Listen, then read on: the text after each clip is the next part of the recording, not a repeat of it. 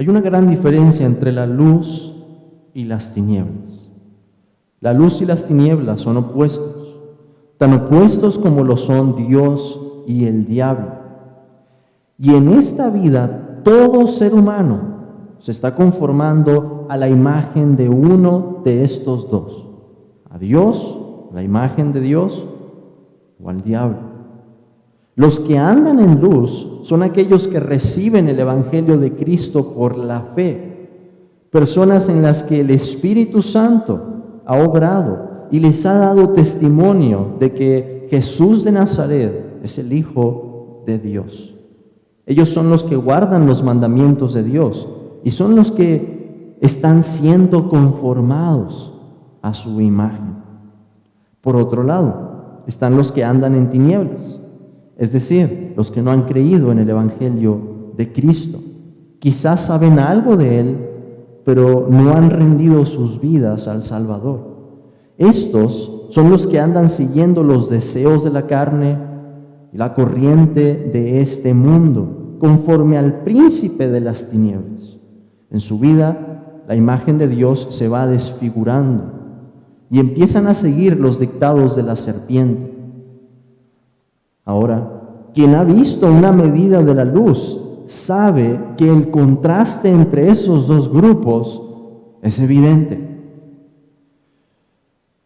Pero los hombres que encontramos en esta porción del Evangelio, esos escribas que habían descendido desde Jerusalén, habían llegado al colmo de las tinieblas.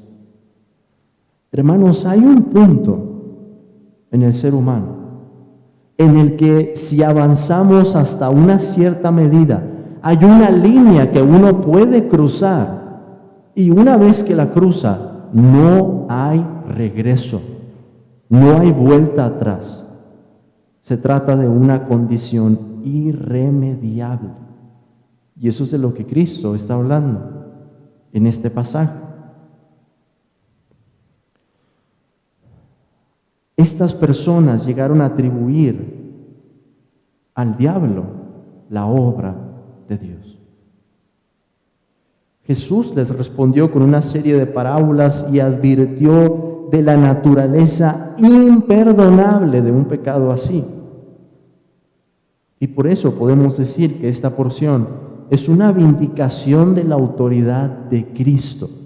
Recuerden que lo que hemos estado viendo al principio del Evangelio según Marcos es cómo la autoridad del Señor se está revelando.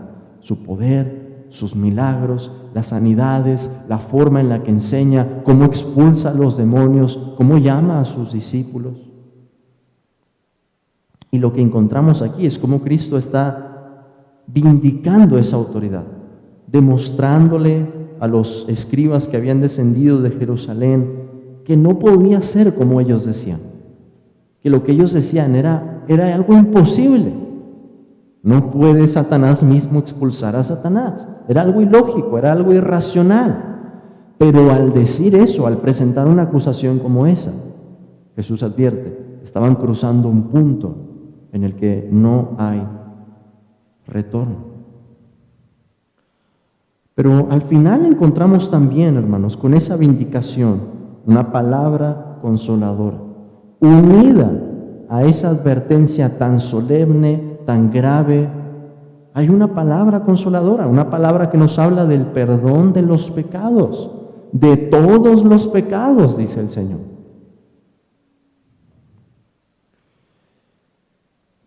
Y esa palabra de consuelo, unida a una de las porciones, diciéndolo de esta manera, lo digo con reverencia, más espantosas de las Escrituras, que haya un pecado imperdonable.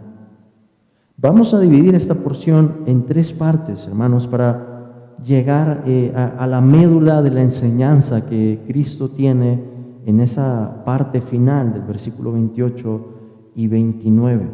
Pero vamos a empezar primero con el contexto y la acusación que presentaron estos escribas. Primero el contexto y la acusación, que es algo que vemos del versículo 20 al versículo 22. Tenemos el contexto y la acusación. Después tenemos la respuesta del Señor en parábolas, versículo 23 al versículo 27, la respuesta de Cristo en parábolas. Y por último, el versículo 28 al versículo 30, encontramos el perdón de los pecados y el pecado imperdonable. El perdón de los pecados y el pecado imperdonable. Comencemos primero entonces con el contexto. ¿Cuál es el escenario que nos presenta este pasaje? El versículo 19 nos había dicho, y vinieron a casa. Estaban otra vez en casa, se agolpó de nuevo la gente, se nos dice el versículo 20, de modo que ellos ni aún podían comer pan. Probablemente se trata de la misma casa que habíamos visto en Capernaum ya, la misma casa en la que el Señor hizo las sanidades, la misma casa en la que el Señor sanó también al hombre paralítico. Y en ese mismo episodio habíamos visto, hermanos, que la gente se agolpó. Pero ahora parece que todavía hay más personas. En el capítulo 12 nos decía que no cabía ni aún a la puerta. Pero ahora se nos dice que se agolpa la gente y ahora ellos no pueden ni comer pan. Quizá porque ya no había ningún momento para hacerlo, o quizá porque la cantidad de personas era tal que no había manera de moverse para poder consumir el alimento. Pero el punto es ese, las multitudes van creciendo, la expectativa va aumentando, así como crece también, según vemos aquí, la oposición de parte de los adversarios de nuestro Señor. Y el versículo 21 nos habla también de un grupo que se estaba oponiendo en ese momento, quizá de una manera diferente, quizá por otra razón, pero aún así se estaba oponiendo. Versículo 21 nos dice, cuando lo oyeron los suyos, vinieron para prenderle, porque decían, está fuera de sí. ¿Quiénes son los suyos, hermanos? El versículo 31 nos lo aclara. No lo vamos a ver hoy, pero nos lo aclara, nos dice, vienen después sus hermanos y su madre, y quedándose afuera, enviaron a llamarle. Sí, Jesús tenía hermanos, es muy claro en el pasaje. Pero el punto es que su propia familia, la familia del Señor, pensaba que Él se había vuelto loco, y venían para apresarlo, para llevárselo. Y quizá, hermanos, por la cultura que tenía Israel en ese tiempo, en donde la vergüenza y el honor eran muy importantes, lo hacían también quizás por una razón familiar, pensando que así podrían guardar la reputación de la familia. Puede ser ese el caso, pero pensaron que estaba fuera de sí, que el Señor estaba fuera de sus cabales, que no estaba pensando correctamente. Y eso es impresionante, pensar que su misma familia lo tendría por un tiempo en ese concepto. El Señor lo había dicho, no hay profeta sin honra, sino en su propia tierra. Y parece que no solo los escribas están malentendiendo cuál es la misión de Cristo, su familia también, de otra manera, pero su familia también. Como paréntesis, hermanos, esta nota es una evidencia de la veracidad histórica del Evangelio. No se trata de una narración en la que se maquillen los hechos. Si pensáramos humanamente, si quisiéramos hacer una historia en la que queremos ensalzar a una persona y no es veraz, ¿qué haríamos? Haríamos algo muy sensacionalista, una historia en la que quizás todas las personas absolutamente aceptan a esa persona o honran a esa persona, pero ese no es el caso. Los evangelios son transparentes en presentarnos la oposición que Cristo recibe. No es una historia embellecida, es la vida real. Hay un grupo que anda en luz y se va a identificar con Cristo. Hay un grupo que está malentendiendo lo que Cristo está haciendo. Y hay un grupo que está en completas tinieblas y se va a oponer de todo corazón a lo que Cristo estaba haciendo. Además, esa nota de la familia en el versículo 21 nos presenta, hermanos, el primer episodio en el Evangelio según Marcos, en el que hay una intercalación. Déjenme les explico lo que es esto. En palabras coloquiales, hay un sándwich entre el versículo 21 y el versículo 31. La familia del Señor sale a buscarlo, pero no se nos dice que la familia llega hasta el versículo 31. Y esa es una manera, hermanos, que utiliza Marcos para explicarnos en esta narración y enfatizar ciertos detalles. No podemos tratar la porción completa, me gustaría tratar hasta el versículo 34, no vamos a alcanzar a hacerlo, pero el próximo domingo espero hacerlo. Y creo que lo que podemos distinguir al juntar esos episodios con el sándwich que está ahí, es ver que hay diferentes grupos, hay diferentes audiencias que están pensando en Cristo de diferentes maneras. Y el Señor mismo los va a identificar, los que se están oponiendo completamente, y también, por otro lado, los discípulos que están oyendo la palabra del Señor, que están haciendo la voluntad de Dios.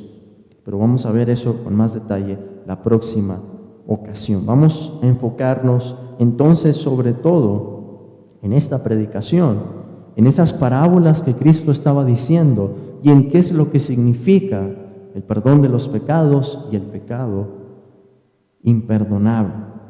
Pero veamos antes de eso, ¿cuál era la acusación de esos escribas que descienden de Jerusalén? Se trata de otro grupo que en ese momento preocupaba más. Escribas que habían llegado de Jerusalén. Y recuerden, hermanos, ¿quiénes eran los escribas? Eran los teólogos de su época, los estudiosos de la ley, los protectores de las tradiciones, los guardianes que iban a transmitir la palabra de Dios, o al menos esa debería haber sido su tarea. Ellos vienen de Jerusalén, probablemente con más autoridad todavía, la ciudad santa, el lugar en donde está el templo, la cuna del judaísmo y la cuna también de donde nace el cristianismo después. Ellos vienen presentando una acusación gravísima. ¿Qué es lo que están diciendo? Vean el versículo 22. Pero los escribas que habían venido de Jerusalén decían que tenía a Belcebú y que por el príncipe de los demonios echaba fuera los demonios. En otras palabras, los escribas estaban diciendo: Jesús está poseído por el príncipe de los demonios y el poder con el que lo vemos expulsar a los espíritus inmundos no viene de Dios, viene del príncipe de los demonios. Y es clave, otra vez, pensar en quiénes eran estos hombres para entender qué es lo que significa la blasfemia contra el Espíritu Santo. No eran hombres ignorantes, estos no eran neófitos. Ellos sabían lo que significaba por las Escrituras mismas el expulsar un demonio, el quien tiene autoridad sobre los demonios. Y habían visto suficiente como para entender bien. En otras palabras, no estaban malinterpretando, hermanos, por un error lo que estaba pasando. Era un acto malicioso, era un acto voluntario, no era algo en ignorancia. Ellos no ignoraban la ley de Dios. Y desde Génesis aprendemos que la oposición contra la serpiente iba a venir de parte de Dios y la descendencia que él iba a levantar. Iba a haber enemistad entre esa descendencia divina, prometida, y la descendencia o la simiente de la serpiente. Ellos sabían eso. Tampoco ignoraban lo que Cristo estaba haciendo. Entre otras cosas, y ese es el énfasis aquí, el Señor expulsaba demonios. Cristo les va a demostrar con sus palabras que sería algo irracional, algo ilógico, pensar que Satanás esté haciendo guerra contra sí mismo. El Señor estaba expulsando a los espíritus inmundos y reclamando así el reino de Dios sobre la tierra y sobre los corazones de los hombres. Y por esto, hermanos, las palabras de Cristo van a ser muy claras. Si pensamos, ¿qué estaban haciendo los demonios? Bueno, estaban tomando territorio, se estaban adueñando del corazón de las personas. ¿Y qué es lo que está haciendo Cristo? Está revirtiendo eso, los está sacando de allí. Cristo expulsa a los espíritus inmundos, y habíamos visto ya que el Señor trata con la impureza, con la inmundicia. El Señor, como esta fuente de purificación, viene a limpiar la tierra de Jerusalén y a limpiarla de esa influencia maligna. Pero además, esto de que hubieran venido de Jerusalén nos anticipa, hermanos, la clase de oposición que Cristo iba a encontrar cuando subiera él mismo a la ciudad. Si desde antes de ese momento vemos ya escribas que descienden, y el lenguaje está allí porque la ciudad está más arriba, Jerusalén, pero descienden de allí desde antes con esta clase de acusaciones. ¿Qué iba a pasar cuando el Señor entrara a la ciudad? Lo iban a acusar para su muerte. Con esto vemos, hermanos, cuál es el contexto del pasaje y la acusación. Y recuerden bien, otra vez, quiénes eran los escribas. Esa es una de las claves que tenemos en el pasaje para entender cómo es la blasfemia contra el Espíritu Santo. Pero en segundo lugar, analicemos cuál es la respuesta del Señor por medio de esas parábolas. Lo que vemos del versículo 23 al versículo 27, la respuesta de Cristo en parábolas. El versículo 23 nos dice: y habiéndolos llamado, les decía en parábolas. ¿Cómo puede Satanás echar fuera a Satanás? El Señor los llama, los convoca primero. El Señor se ve en la necesidad de explicarles esto, va a vindicar su autoridad. Y lo primero a lo que apunta este evangelio es que el Señor comienza a enseñar con parábolas. No solo están escuchando los escribas, la multitud está ahí presente, pero Cristo empieza con estas parábolas. En el capítulo 4 vamos a ver con más detalle cuál es el propósito de las parábolas y por qué el Señor hablaba de esta manera, con símbolos, de esta manera velada. Pero déjenme anticiparles que las parábolas, tienen un doble propósito. Un propósito de juicio y un propósito de misericordia. Juicio, ¿por qué? Porque el Señor está escondiendo los misterios del reino de Dios, algo que le va a revelar solamente a sus discípulos. Pero por otro lado, misericordia, porque si Cristo, hermanos, no hubiera hablado en parábolas a estos hombres que se oponían de esta manera a su propósito y a su persona, los hubiera expuesto a más luz y los hubiera hecho dignos de todavía más condenación. Entonces, las parábolas tienen ese doble propósito, y la palabra aquí está en plural, parábolas, porque hay varias ilustraciones que encontramos en el pasaje, aunque tienen algunos elementos en común. Vean los elementos. Por ejemplo, encontramos 3 enunciados condicionales, y son condicionales porque empiezan con esa palabra, sí, un sí condicional. Si un reino está dividido, versículo 24, y si una casa está dividida, versículo 25, versículo 26, y si Satanás se levanta contra sí mismo. 3 enunciados u oraciones condicionales. Y en esas oraciones aparece el reino, aparece una casa, aparece Satanás, y la constante es que están divididos contra sí mismos. El versículo 28 va a utilizar elementos similares, aunque vamos a ver que el versículo 27. Pero vamos a ver que el versículo 27 se distingue de esos enunciados condicionales, porque es la respuesta en ese lenguaje velado de lo que realmente está pasando. Allí Cristo nos va a dar la clave para entender qué es lo que está pasando realmente, a lo contrario de lo que dicen estos escribas. Ahora, la pregunta de Jesús en el versículo 23 nos ayuda a entender que el mensaje de estas parábolas es que no tiene sentido que Satanás eche fuera a Satanás. Esa no es una buena estrategia. Es algo ilógico y contradictorio. Sería como decir que las tinieblas echan fuera a las tinieblas. Y sabemos que el enemigo no obra de esa manera. Se trata de un enemigo que es astuto y que se presenta así desde un principio, desde Génesis capítulo 3. ¿Qué clase de plan sería perder terreno sobre lo que ya ha ganado a propósito? Cristo lo demuestra, hermanos, desde el versículo 24, explicándonos cómo esto es algo ilógico, es algo contradictorio. En el versículo 24 al 26 el Señor dice: si un reino está dividido contra sí mismo, tal reino no puede permanecer. Y si una casa está dividida contra sí misma, tal casa no puede permanecer. Y si Satanás se levanta contra sí mismo y se divide, no puede permanecer, sino que ha llegado su fin. Sigamos la lógica del argumento de Cristo aquí, hermanos, en estos 3 ejemplos.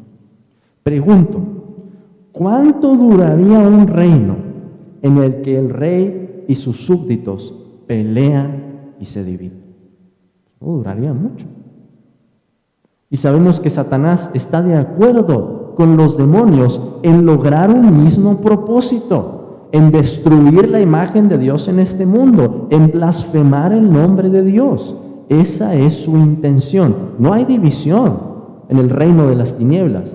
Hay un acuerdo en propósito en contra de Dios. Pero Cristo dice que si el reino se estuviera peleando contra sí mismo, no puede permanecer, no duraría, y entonces llegaría el fin de Satanás. ¿Qué hacemos de la casa? ¿Qué tan fuerte es una familia en la que todos se atacan entre sí? ¿Puede permanecer esa casa? ¿Puede resistir las dificultades o las tribulaciones de esta vida? No, ni por un momento. ¿Y qué dice el Señor de Satanás? Si Satanás se levanta contra sí mismo y se divide, no puede permanecer. ¿Sería entonces una buena estrategia que el enemigo de nuestras almas empezara a atacar a los que son de su propio equipo y perdiera terreno en donde ya ha logrado avanzar, en donde ha logrado establecer su imperio? Por supuesto que no. Si fuera así, no podría permanecer, sino que habría llegado su fin. En otras palabras, Satanás estaría autodestruyendo. Y él es astuto como para no hacer algo así. ¿Cuál es el resultado? Entonces, la respuesta de los escribas contraviene la revelación de Dios, por supuesto, pero contraviene también la lógica. No es un buen plan que Satanás intentara atacarse a sí mismo. Si tuvieran algo de sentido común, los escribas aceptarían esto. Pero el problema no es que estén razonando mal solamente. Están razonando mal por un problema que es más profundo, el problema del corazón. Cristo nos va a decir en Marcos capítulo 7 que del corazón es donde procede el pecado, incluyendo las blasfemias. Entonces el problema no era solo que no estuvieran entendiendo bien, estaban entendiendo mal. El problema estaba en su corazón, una oposición contra Cristo, las tinieblas contra la luz. Por eso, hermanos, podemos decir que nunca habrá argumentos suficientes ni demostraciones convincentes para un corazón endurecido. Una persona puede ver señales, puede ver grandes milagros, pasó en el tiempo de Cristo y pasa hasta el día de hoy, y aún así seguirse oponiendo al Evangelio, como si no estuviera viendo nada. Lo que se requiere entonces es una cirugía espiritual, y es realizada por la misma persona a la que estaban blasfemando ellos, el Espíritu Santo. Y con esto nos acercamos un poquito más, hermanos, a esa porción. Pero veamos cómo Cristo corrige y nos dice qué es lo que está pasando realmente. Ya nos ha dicho lo que no está pasando. Satanás no se está oponiendo contra sí mismo. Satanás no vino para destruir su propio reino. Pero ¿qué es lo que está pasando entonces? Hay alguien que está destruyendo el reino de Satanás, nuestro Señor Jesucristo. Y eso lo dice en el versículo 27. El Señor dice, ninguno puede entrar en la casa de un hombre fuerte y saquear sus bienes si antes no le ata, y entonces podrá saquear su casa. Jesús, haciendo uso de esa parábola, nos está explicando lo siguiente. ¿Qué es la casa aquí? Es la referencia a los demonios, a los dominios del hombre fuerte, el terreno que el príncipe de los demonios ya ha ganado sobre esta tierra. ¿Quién es el hombre fuerte? Es Satanás. Se trata de Satanás. Y los bienes que hay allí son las almas y los reinos que Satanás tiene cautivos. El que lo ata y toma el botín tiene que ser necesariamente uno más fuerte que él. Y desde el principio del Evangelio, hermanos, Marcos había utilizado estas palabras en la boca de Juan el Bautista, que venía alguien que era más fuerte que él, que Juan el Bautista. Y con esas palabras, si las juntamos con este pasaje, ¿qué tenemos? Es Cristo el más fuerte todavía que el hombre fuerte, que viene a quitarle su dominio, que viene a quitarle esta casa, que viene a quitarle los bienes que había conseguido, las almas de los hombres. En otras palabras, si vemos este pasaje en el contexto de toda la Biblia, hay algo muy profundo aquí. Esta es la lucha entre la simiente prometida y la serpiente. Desde el momento de la encarnación, Cristo viene, hermanos, para quitarle el imperio de la muerte al diablo, que había hecho sus estragos sobre toda la tierra, sobre todas las naciones, engañando a las naciones, llevándolas a la condenación, oponiéndose a la luz que Dios estaba trayendo por medio del pueblo de Israel. Es Cristo el que viene a quitarle su dominio. Y en su contexto inmediato, esta parábola nos dice que Jesús de Nazaret es más poderoso que el que está en el mundo y viene a reclamar el reino que a Él le pertenece. En otras palabras, los exorcismos que el Señor estaba haciendo cuando Él expulsaba demonios eran la evidencia de que el reino de Dios se había acercado. Los escribas estaban diciendo todo lo contrario a esto, todo lo opuesto, pero el verdadero mensaje detrás de la expulsión de los demonios es que el rey había hecho incursión en este mundo para vencer al hombre fuerte, para atarlo y para sacar el botín de la casa. El tiempo se había cumplido, como dijo Cristo en Marcos capítulo 1, y Dios reclamaría lo que es suyo. ¿Y qué es de Dios, hermanos? Todas las naciones, no solamente un pueblo, sino todas las naciones. Con esto llegamos entonces a la última parte. Hemos visto el contexto y la acusación, hemos visto la forma en la que Cristo explica con esas parábolas lo que está pasando realmente, que es todo lo contrario a lo que los escribas dicen, y vemos por último, del versículo 28 al 30, el perdón de los pecados y el pecado imperdonable. El versículo 18 nos dice: de cierto os digo que todos los pecados serán perdonados a los hijos de los hombres, y las blasfemias, cualesquiera que sean. Pero cualquiera que blasfeme contra el Espíritu Santo no tiene jamás perdón, sino que es reo de juicio eterno. Noten que están emparejadas una promesa y una advertencia, una palabra de consuelo y una palabra espantosa de juicio. Están juntas, están las dos allí. Podemos llamarlo una promesa y una advertencia evangélica. Y cuando digo evangélica, utilizándolo como un adjetivo, me refiero, hermanos, a que son promesas y amenazas que se desprenden o fluyen del evangelio. El perdón de los pecados, claro está, ¿de dónde viene? Es el evangelio de nuestro Señor Jesucristo. El Salvador vino a traer el perdón de los pecados y de todos los pecados. pero también hay una advertencia o una amenaza. Y también es una advertencia o amenaza evangélica. Como Cristo vino trayendo una mayor revelación, una mayor luz, hay una mayor responsabilidad para los que ven, para los que escuchan la palabra de Dios. Y por eso digo que también es evangélica. Las dos se revelan con mayor luz, la promesa y la advertencia. Y si ustedes leen el libro, la carta a los Hebreos, van a encontrar esas dos cosas. Piensen, por ejemplo, en Hebreos capítulo 6, de los pasajes también más espantosos en toda la Biblia. Y junto con esas amenazas, hay promesas tremendas en ese pasaje. Piensen en Hebreos capítulo 10, otra vez. Otro ejemplo de cómo va a haber juicio para los que reciben la palabra de Dios y no perseveran hasta el fin. Pero al mismo tiempo está presente en Hebreos 10 algunas de las mayores promesas en las Escrituras. Del Evangelio, hermanos, salen las dos cosas. Salen promesas, pero salen también advertencias para los que oyen la palabra del Evangelio y no responden de la manera en que Dios manda.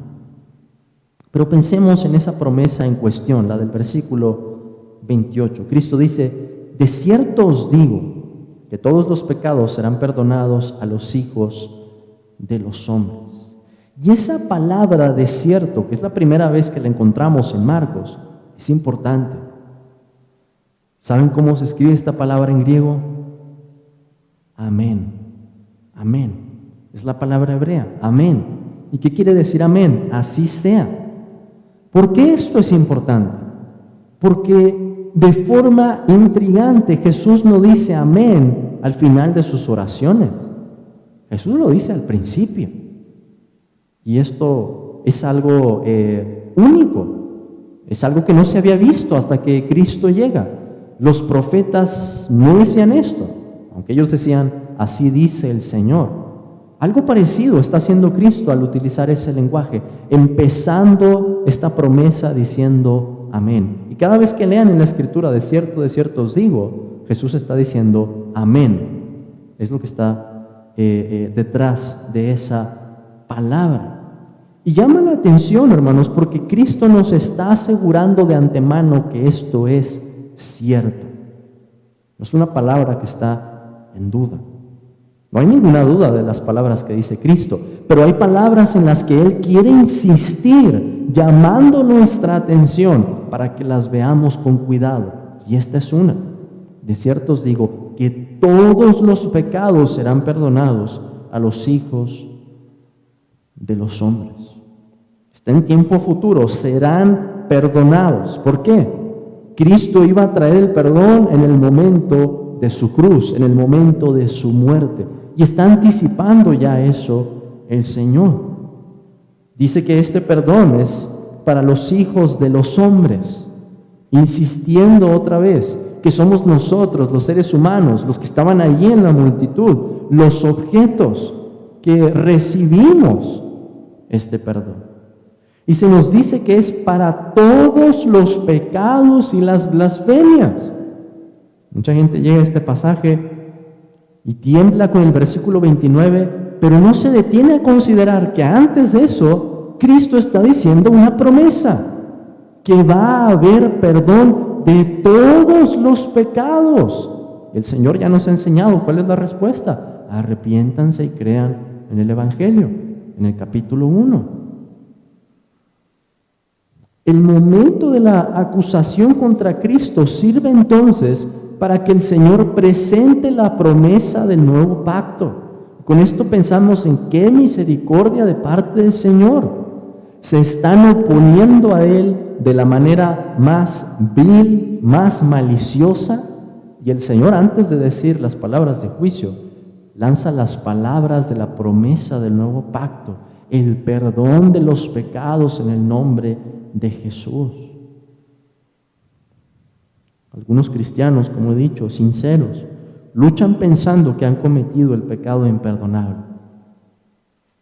Si ese ha sido su caso, o es su caso, hermano o hermana, en este momento, deténgase más en el versículo 28. Y después, en un momento, piense lo que vamos a ver ahora en el versículo 29. Cristo nos ha presentado allí promesa, pero ahora en el versículo 29 nos dice: pero cualquiera que blasfeme contra el Espíritu Santo no tiene jamás perdón, sino que es reo de juicio eterno. Porque ellos habían dicho, y el versículo 30 es clave ahí, tiene espíritu inmundo. ¿Cuál es la advertencia entonces? Se trata de un pecado en particular, definido aquí como blasfemia, decir algo malo en contra de Dios. Y el versículo 30 nos dice lo que estaban diciendo específicamente: tiene espíritu inmundo.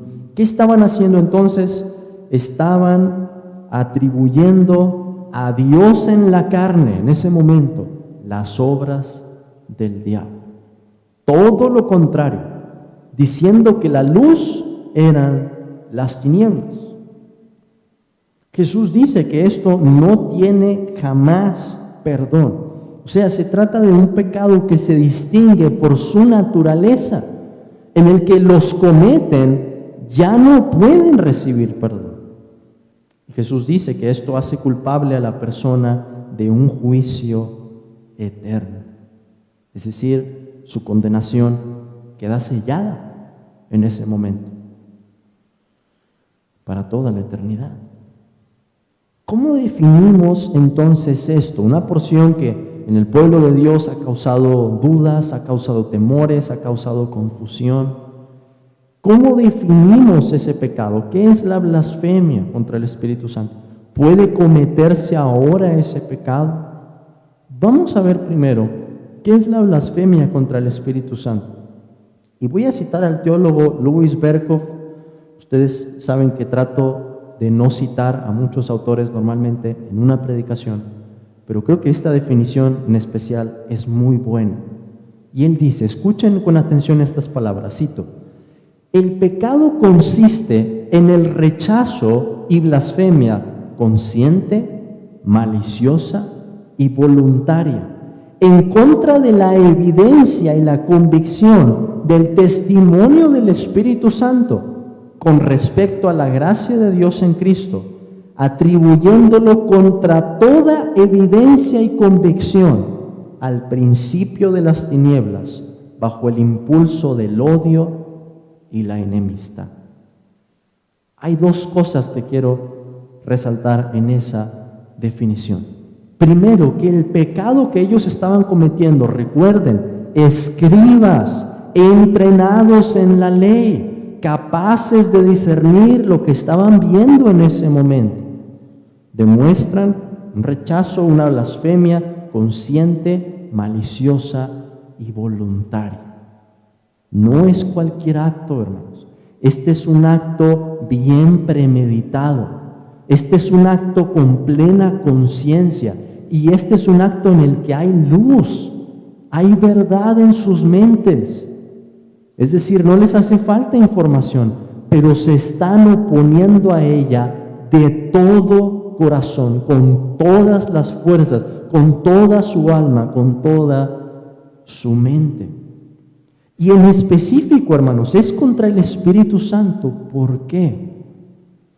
Piensen en esto. Marcos capítulo 1. El Espíritu de Dios desciende del Padre mismo para venir sobre el Hijo. Jesús estaba lleno del Espíritu Santo, en plenitud, sin medida alguna. Y el Espíritu, hermanos, obrando juntamente con la primera y la segunda persona de la Trinidad para traer estos milagros. ¿Y qué está haciendo el Espíritu Santo? ¿De qué se encarga el Espíritu Santo? De dar testimonio de Cristo, de traer a la conciencia esas verdades, lo que ellos estaban viendo en ese momento, los milagros, y decirles a su entendimiento, esto viene de Dios, esto viene de Dios. ¿Y qué estaban haciendo los escribas? Oponiéndose a la voz del Espíritu, a esa convicción que el Espíritu da. ¿Por qué? Por odio, por enemistad, porque vivían en tinieblas y las tinieblas naturalmente se oponen a la luz.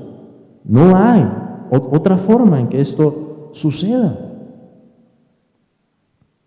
Noten que aquí, hermanos, se asume también la divinidad del Espíritu Santo.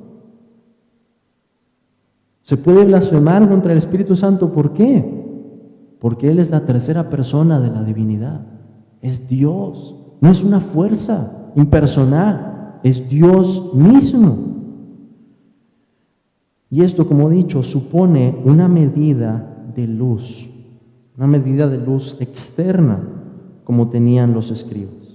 Este pecado, hermanos, es imperdonable porque excluye todo arrepentimiento, porque es un pecado que cauteriza la conciencia, porque es un pecado del que la persona jamás se va a querer arrepentir ni reconocer. A tal punto que llamaban tinieblas a la luz y Satanás a Dios. ¿Qué esperanza puede haber para alguien así? Que rechaza ya cualquier oportunidad, que rechaza el perdón de los pecados, que rechaza el mensaje del Evangelio.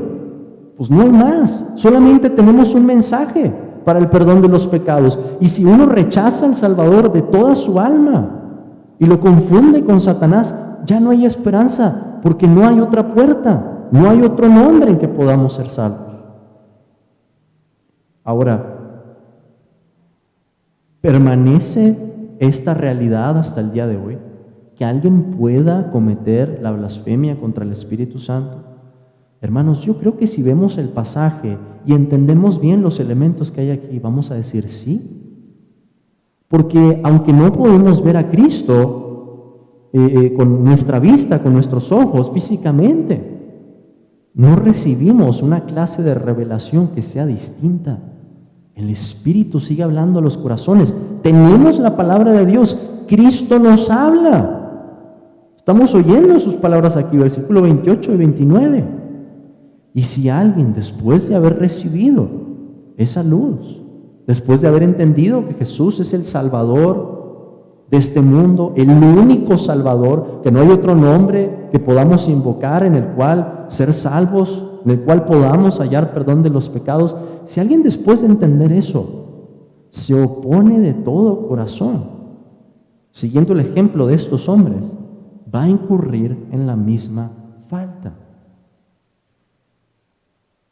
¿Cómo se ve exactamente ese punto? ¿En qué momento podemos distinguir cuando llega? No lo sé, hermanos, pero sé que es un acto voluntario, consciente, malicioso, con plena luz, con evidencia, con convicción, y la persona aún así se opone con toda su alma. Ahora, ¿qué podemos decir? ¿Cómo aplicamos este texto? ¿Qué hacemos como creyentes con esta advertencia? Con la palabra de consuelo es evidente lo que hacemos, abrazamos la promesa. Pero ¿qué hacemos con esa amenaza, con esa advertencia, con esas palabras espantosas? Hermanos, hay un temor correcto que esta advertencia produce. Pero como cristianos recibimos esas advertencias junto con las promesas. No podemos hacerlo de manera separada. Por eso hay conciencias que a veces se inquietan en demasía, porque ponen sus ojos en la amenaza y no están agregando allí la otra parte, la parte que falta, la promesa. Produce temor en sus corazones, pero no están contemplando claramente el consuelo que hay, que fluye de la cruz para el pecador más vil. Pero cuando tomamos las dos cosas, tenemos una receta increíble. Dios había prometido en el nuevo pacto que iba a poner la ley en nuestro corazón. Y recibimos las promesas, pero también el Señor había prometido que iba a poner su temor en nuestros corazones para que no nos apartáramos de Él. ¿Y cómo se produce el temor? Una de las maneras que Dios usa entre tantas otras que Él tiene es por una advertencia, por una amenaza de qué es lo que pasaría si una vez que hemos tomado el arado, damos vuelta atrás y rechazamos al Salvador de nuestras almas. Entonces, hermanos, estas palabras son también para nosotros, los que hemos creído en el Señor Jesucristo, y son una manera misericordiosa, aunque nos cueste verlo, en la que Cristo sigue atrayendo nuestras almas. La apostasía es una realidad que debe hacernos temblar con la clase de temor que vuelve a llevarnos a la cruz. No con la clase de temor que nos paraliza, sino con la clase de temor que nos hace decir: Señor, no quiero sentirme fuerte porque no lo soy. A tu cruz acudo una y otra vez, porque es mi esperanza. Además, hermanos, esto nos hace recordar como creyentes que también vamos a encontrar probablemente personas que se oponen a Cristo con toda su alma, de la misma forma que esos escribas, y por tanto también a nosotros.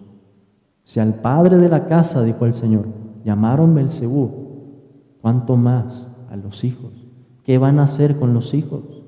Nos van a perseguir. Hermanos, no debería sorprendernos que en este mundo haya gente así, si pensamos en ese tipo de advertencias que el Señor ya nos ha dado. Cristo le dijo a sus apóstoles, a su círculo más cercano: cuando lleguen esas cosas, acuérdense que ya se los había dicho, para que en ese momento no nos tome por sorpresa, para que cuando nos empiecen a perseguir podamos decir: Señor, no lo había visto, pero está bien claro, tú ya lo habías dicho, dame fuerza ahora para resistir. Pero ¿cómo aplicamos este pasaje ahora a los que no son creyentes? Porque hay una aplicación para ellos.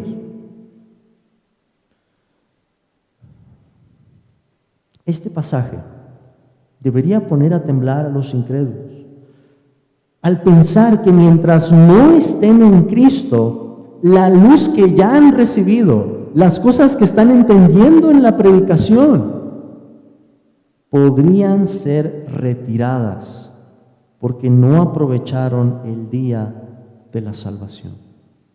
Por eso hay una urgencia en el mensaje del Evangelio. Una persona puede entender externamente muchas cosas del Evangelio, de Cristo, de la salvación, de la doctrina, tener la mejor teología y al final acabar como uno de esos escribas. ¿Y quién te asegura, si no has creído en Cristo, que ese no va a ser tu caso por estar despreciando esa gracia? Esteban le dijo a los que lo iban a apedrear en ese momento: ustedes resisten siempre al Espíritu Santo. Y así hay personas en las iglesias, incluso que asisten, escuchan la predicación, pero se resisten a esa convicción. Y por eso Pablo dice: este es el tiempo aceptable, hoy es el día de la salvación. Porque si tienes alguna clase de convicción al estar escuchando el mensaje del Evangelio, ese es el momento ideal, el momento oportuno para poner tu fe en el Señor Jesucristo. Pero sin importar si se trata de creyentes o incrédulos, la advertencia debería llevarnos a todos de regreso al versículo 28, para buscar el perdón de las manos del mediador entre Dios y el hombre. Cristo dice: de cierto os digo que todos los pecados serán perdonados a los hijos de los hombres y las blasfemias, cualesquiera que sean. Ese es el perdón que es promulgado por nuestro Señor Jesucristo desde aquel momento, pero también hasta el día de hoy, a todos los que ponen su fe en Él. Amén, hermanos.